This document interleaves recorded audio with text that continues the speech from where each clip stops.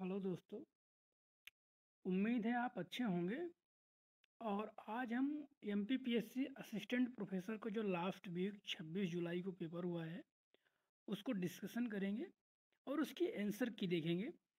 और सबसे पहले ये देखेंगे कि इन क्वेश्चन को हम नेक्स्ट एग्जाम में कहाँ पर आउटपुट इसका निकलेगा। जैसे कि आप मैक्सिमम देखेंगे जो प्रीवियस ईयर के जितने भी क्वेश्चन पेपर होते हैं, जैसे एमपीपीएससी हो गया, फूड सेफ्टी ऑफिसर का जो भी एग्ज़ाम होगा, उसमें 100% एक दो question same to same repeat होते हैं। तो हम उस चीज़ को डिस्कशन करेंगे। इसके हमने जो आंसर की का जो प्रूफ है वो भी लगा दिया है। इसमें कुछ क्वेश्चंस नहीं मिले हैं, उसको हम फाइनल आंसर की आने के बाद प्योर डिस्कशन करेंगे। इसमें 20 से 35 क्वेश्चन हैं। आप इसको एक शॉर्ट नोट्स में रख लें और आप चाहें तो लिख भी सकते हैं, है ना। स्क्रीनशॉट लेना चाहें तो ले सकते हैं, है ना। तो आप इसको शुरू करते हैं और इस क्वेश्चन को सॉल्व करते हैं। सबसे इम्पोर्टेंट इसमें ये भी ध्यान रखना है कि अपने को ऐसे किसी को कैसे पढ़ना है। इसको पढ़ना नहीं, अपने को इस पैटर्न को समझना है कि एमपीपीएससी कैसे क्वेश्चन बना रहा है और कैसे चीज़ों को कर रहा है। उम्मीद है आप समझ जाएंगे और इस चीज़ को आगे से करेंगे। चलिए स्टार्ट करते हैं। ये 44 नंबर का क्वेश्चन है। सीक्वेंस थोड़ा सा आगे पीछे है, इससे कोई दिक्कत नहीं है। आप तो क्वेश्चन पर फोकस करें। एमपीपीएससी असिस्टेंट प्रोफेसर का है, जो अभी 26 जुलाई को हुआ था। चलिए शुरू करते हैं। कंप्यूटर की किस पीढ़ी जनरेशन में ऑपरेटिंग सिस्टम पहली बार प्रकार के मल्टी प्रोग्रामिंग कार्य करने में सक्षम हुए हैं। इसका मतलब है कि जो मल्टीपर्पज ऑपरेटिंग सिस्टम है वो किस जनरेशन में आए हैं। इसमें हाई लेवल लैंग्वेज कब शुरू हुई है? ये थर्ड जनरेशन में आएगा, 1965 से 1971 तक, है ना। इसमें जनगणना के अनुसार मध्य प्रदेश की 10 की वृद्धि दर कितनी थी, है ना। इसका ऑप्शन आप बताएं जल्दी से। इसका ए तो होगा नहीं, आप देख सकते हैं इसका ए ऑप्शन नहीं होगा, है ना। सी बहुत ज़्यादा हो जाएगा और डी भी थोड़ा सा कम है, तो बीच का कौन सा बचा ये। हाँ, लेकिन हमें इसमें तुक्का नहीं मारना है क्योंकि ये चीज़ें आपको याद होनी ही चाहिए। सेंसस आपको टिप में होना चाहिए, नेशनल लेवल का भी और स्टेट लेवल का भी। क्यों? क्योंकि इससे एक क्वेश्चन कंपलसरी है, एक से दो क्वेश्चन। जैसे एमपीपीएससी में दो क्वेश्चन तो मिनिमम है पर ईयर, आप रिकॉर्ड उठा के देख सकते हैं, है ना। आगे बढ़ते हैं हम लोग। नेक्स्ट नेक्स्ट क्वेश्चन है, रानी अवंतीबाई सागर, रानी अवंतीबाई सागर बरगी परियोजना किस नदी पर बनाई? तो आप इस क्वेश्चन को देख सकते हैं, जल्दी से आप इसका आंसर बताएं। इसमें से आंसर आएगा ए, नर्मदा नदी आएगा इसका। बरगी परियोजना नर्मदा नदी जबलपुर में है, ठीक है। नेक्स्ट क्वेश्चन में बढ़ते हैं। जनजातीय सलाहकार परिषद की स्थापना संविधान के किस अनुच्छेद के तहत की जाती है ना। ये आर्टिकल आएगा ऑप्शन ए, अनुच्छेद 244। इसका काम है उनके कल्याण के लिए योजनाएं बनाना और सरकार को सलाह देना। नेक्स्ट क्वेश्चन है, त्रिपुरी अधिवेशन में कांग्रेस के पद के लिए महात्मा गांधी ने किसका समर्थन किया था? आपको एक कोट याद होना चाहिए यहाँ पर कि महात्मा गांधी ने कहा था कि पट्टाभी की हार हमारी हार है। क्यों कहा था? क्योंकि सुहाग महात्मा गांधी ने कहा था। और कि किसके समर्थन में किया था? पट्टाभी सीतारामैया। तो इसका ऑप्शन होगा सी, ठीक है। नेक्स्ट क्वेश्चन की ओर बढ़ते, नीचे इसमें लिखा भी हुआ है, आप इसका स्क्रीनशॉट ले सकते हैं। नेक्स्ट क्वेश्चन है, सतपुड़ा श्रेणी में स्थित धूपगढ़ की अधिकतम ऊंचाई कितनी है? तो इसमें आएगा 1350। ये आपको याद होना ही चाहिए, बहुत सिंपल क्वेश्चन है ना। इसमें आगे ये भी लिखा है कि कैसे आपको पढ़ना है। जैसे कि धूपगढ़ 1350 है, कुल एरिया 3,08,252 है। North to south, south to north, north कितना मध्य प्रदेश का डिस्टेंस है ना, आप यहाँ पर देख सकते हो। नेक्स्ट क्वेश्चन है, बैहर नहीं, मैहर बैंड की स्थापना किसने की? मैहर बैंड का मतलब है मैहर संगीत अकादमी जो है, अलाउद्दीन खान जी ने की थी। यहाँ पर लिखा है बाबा अलाउद्दीन, है ना। अलाउद्दीन संगीत एकेडमी मैहर में ही है। नेक्स्ट क्वेश्चन है, निम्नलिखित में से 2011 की जनगणना के अनुसार मध्य प्रदेश में अनुसूचित जनजाति की जनसंख्या प्रतिशत क्या है? इसमें बेस्ट ऑप्शन है सी। देखो, आपको ऑप्शन एलिमिनेट भी करना आना चाहिए। जैसे कि आप देखोगे ऑप्शन डी में जाओगे तो बहुत ज़्यादा परसेंटेज है, और ऑप्शन ए में जाओगे तो बहुत ज़्यादा है। यदि आप नेशनल लेवल में जाओगे तो 8.1 है है ना। लेकिन यदि स्टेट की बात करोगे तो 21.1 है ना। तो इस चीज़ का भी ध्यान रखना है अपने को। नेक्स्ट क्वेश्चन है, पूर्व से पश्चिम तक मध्य प्रदेश की कुल लंबाई कितनी है? नो मतलब ईस्ट से वेस्ट तक, ऐसे में जैसे ये मैप बनेगा ऐसे, ये ऐसे करके ऐसे में, तो ये बोला यहाँ से यहाँ इसकी डिस्टेंस कितनी है, तो यहाँ है 870 और ऐसे में है 605 किलोमीटर। ठीक है, ऐसे। तो आपको सोल्व करना है।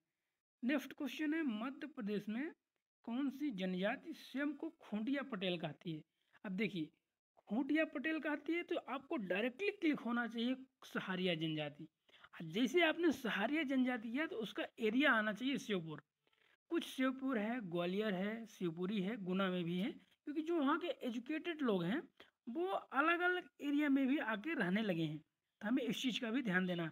यहाँ पर आएगा ऑप्शन डी, सहारिया, है ना। और सहारिया जनजाति का एक बहुत ही फेमस नृत्य है। आप मुझे कमेंट में करके ज़रूर बताना यदि आपको पता है तो, क्योंकि बहुत ही इंपॉर्टेंट क्वेश्चन, बहुत ही यूनिक है वो, इसलिए मैं आपको नहीं बता रहा हूँ, वो आप हमें कमेंट करके ज़रूर बताएं। ठीक है।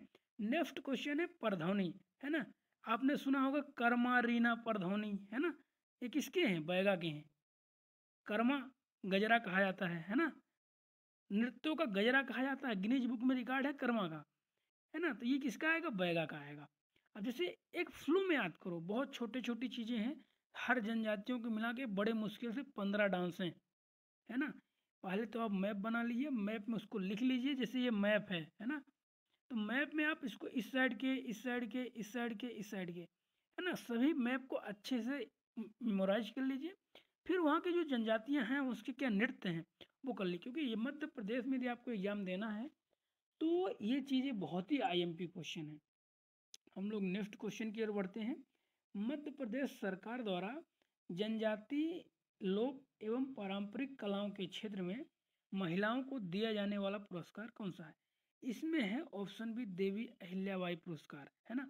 इसमें एक और पुरस्कार बिल्कुल महिलाओं के लिए है ना, ऑथेंटिक क्वेश्चन पूछ लिया। इसमें सेम चीज़ है, जनजाति लोक एवं पारंपरिक कलाओं के लिए पुरुष वर्ग में कौन सा पुरस्कार दिया जाता है? ये आप हमें कमेंट करके बताओ। बहुत ही सिंपल क्वेश्चन है, आपको पता होगा, मुझे पता है मुझे, लेकिन इसमें घुमा दिया है, थोड़ा सा ट्विन कर दिया है ना। नेक्स्ट क्वेश्चन है, जनजाति योद्धा भीमा नायक किस क्षेत्र से संबंधित थे? है ना। अब ये क्वेश्चन है तो आपको बिल्कुल डायरेक्टली पता होना चाहिए भैया, यहाँ पर आएगा निमाड़। मालवा नहीं हो सकता है, बुंदेलखंड बघेलखंड पॉसिबल ही नहीं है, तो बच गए कौन से? मालवा निमाड़। तो मेजर प्रोबेबिलिटी किस में है? निमाड़। आपको इस तरीके से ऑप्शन एलिमिनेट भी करना है। नेक्स्ट क्वेश्चन की ओर बढ़ते हैं। भारत का प्रथम greenfield special special economic zone Madhya Pradesh में प्रथम कहाँ था? प्रथम है तो ये आएगा पीथमपुर। जो स्पेशल इकोनॉमिक जोन है, जो जिसके लिए फार्मा सेक्टर के लिए बनाया गया था, उसमें है।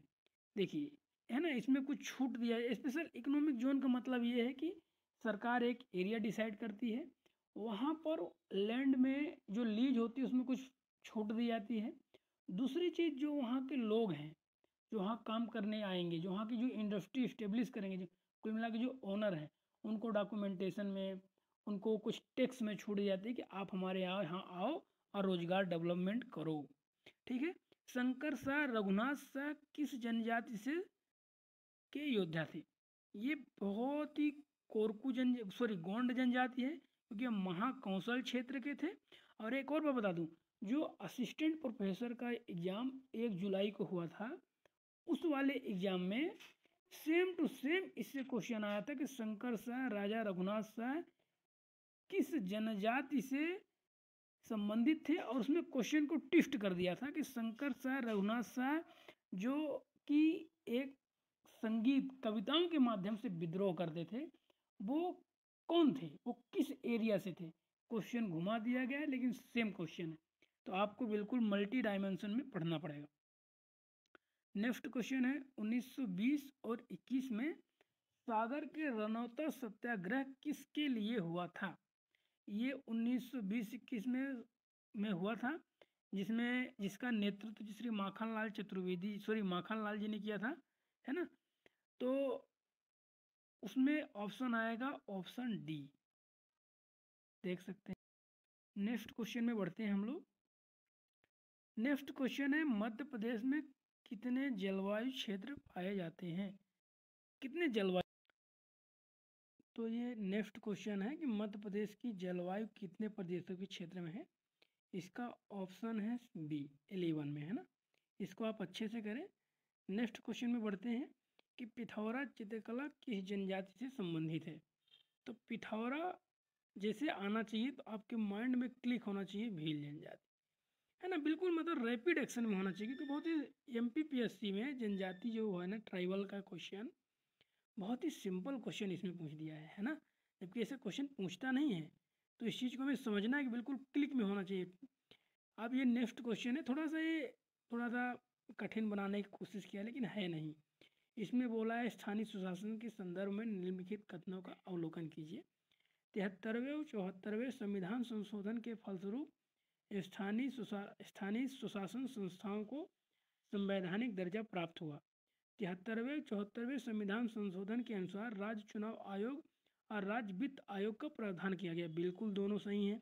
तीसरे में क्या, राज्य वित्त आयोग वित्तीय आय में स्थानीय सुशासन संस्थाओं का हिस्सा निश्चित करता है। देखो ये वाला टॉपिक ये बिल्कुल सही है, दोनों, है ना। अब देखो दोनों सही है तो 2 3 होना चाहिए, तो कहीं है नहीं, ये नहीं है। फिर ये भी नहीं होगा 2 3 सही है, केवल 2 3 सही है। इसमें बोला है 2 3 नहीं सही है, तो बचा कौन सा, ऑप्शन सी। इसका ऑप्शन क्या होगा, ऑप्शन सी, ठीक है। जहांगीर के कहने पर अबुल फजल की हत्या किसने की, है ना। अबुल फजल के दोस्त कौन थे, सॉरी, अबुल वीर सिंह, जहांगीर के दोस्त कौन से, वीर सिंह बुंदेला। और जब वीर सिंह बुंदेला ही दोस्त थे तो वही हत्या करेंगे भैया, है ना। ये समझना है अपने को। गणगौर पर्व किस क्षेत्र में मनाया जाता है। गणगौर क्षेत्र जो है ये मालवा और निमाड़ में मनाया जाता है। ऑप्शन डी होगा, ठीक है। इस चीज़ का ध्यान रखना है। और इस तरीके के बहुत सारे, जैसे कि ट्राइब्स के हर एरिया के नृत्य, डांस, फोक डांस, है ना, नाट्य, सभी याद कर लेना। जैसे कि कर्मा, रीना, परधौनी, है ना, इस तरह के एक फ्लो बना लेना। आप चाहें तो आप कमेंट करके बता दोगे तो हम उसमें भी आपको बिल्कुल ट्रिक बता देंगे। जैसे कि मनसुख जिदवा की नौटंकी उधर का है, अपने बघेलखंड का है ना। इस तरीके से जैसे भी आपको लगे तो आप कमेंट करके बोल सकते हो, तो उसमें भी बना सकते हैं हम। नेक्स्ट क्वेश्चन है, अमरकंटक तापीय विद्युत क्षेत्र। अमरकंटक मतलब अनूपपुर, बिल्कुल चचाई, है ना। ये पावर प्लांट है। बिरसिंहपुर उमरिया में ही पावर प्लांट है। सांडी बैतूल भी पावर प्लांट है, बरगी भी है। इसमें तो बिल्कुल सिम डायरेक्ट क्वेश्चन पूछा नहीं, तो आपको इसमें सोल्व करना पड़ेगा कि जो पावर प्लांट कब बना है, कितनी पावर कैपेसिटी है प्रोडक्शन की, ये भी क्वेश्चन आजकल पूछने लगे हैं, तो हमें इस चीज़ का भी ध्यान रखना है। नेक्स्ट क्वेश्चन है कि शांति और न्याय के लिए संस्थान में किस विकास लक्ष्य का क्रमांक, सीरियल नंबर, जो SDG है, सस्टेनेबल डेवलपमेंट ग्रोथ के लिए एक टारगेट दिया गया है। ये टारगेट कहाँ से मिला है अपने को, UNO से। उसमें बैठक हुई थी और उसमें कहा गया था कि जो डेवलपिंग कंट्री हैं वो क्या क्या टारगेट में, पैरामीटर में काम करिए। आप उस पैरामीटर में काम करते हैं तो जो बड़ी बड़ी इंस्टीट्यूट हैं, जैसे ADB है ना, वर्ल्ड बैंक है, IMF है, ये आपको जो और बड़ी बड़ी कंट्री जहाँ से आप लोन लेते हैं, आप बोलते हैं कि हमें इस क्षेत्र में काम करना है, तो वो इजीली तरीके से आपको लोन प्रोवाइड करते हैं। तो आपको ये बिल्कुल रैंकिंग याद होना चाहिए। MPPSC की सिलेबस आजकल ये पूछने ही लगा है, क्यों, क्योंकि जैसे एक समय था आपने विजन 2020 पढ़ा था, अब क्या पढ़ते हैं, विजन 247, है ना। ये विजन नया आया है, मोदी जी सरकार में आया है ये, है ना।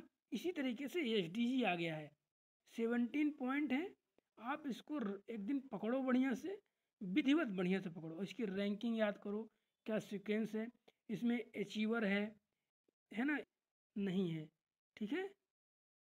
तो नेक्स्ट क्वेश्चन, निम्नलिखित में से कौन सा सुमेलित नहीं है। देखिए, उदीच सुवर्णगिरी ये गलत है, अवंती उज्जैनी है, कलिंग दूसरी है, प्राच्य पाटलिपुत्र। तो इसमें जो तोसली वाला है ए, ऑप्शन ए बिल्कुल सही है, मतलब बिल्कुल गलत है ना। इसका होता है दक्षिणा पथ का मतलब होता है, दक्षिणा पथ का होता है सुवर्णगिरी। ठीक है, ये चीज़ करना है अपने को। नेक्स्ट क्वेश्चन है, सोर्सों से जो मिले हुए हैं, ऑथेंटिक सोर्सों वाले ही हैं, तो हम उसमें कर रहे हैं। ठीक है, और आप बोलोगे कि इसकी पीडीएफ यदि आप चाहिए तो आप हमारे टेलीग्राम चैनल से जुड़ सकते हैं, लिंक प्रोवाइड कर देंगे, आप उससे जुड़ के डायरेक्टली आप वहाँ पर पीडीएफ प्राप्त कर सकते हैं। जय हिंद, जय भारत। और आपको किसी और टॉपिक में वीडियो चाहिए तो आप हमें कमेंट करके बता सकते हैं।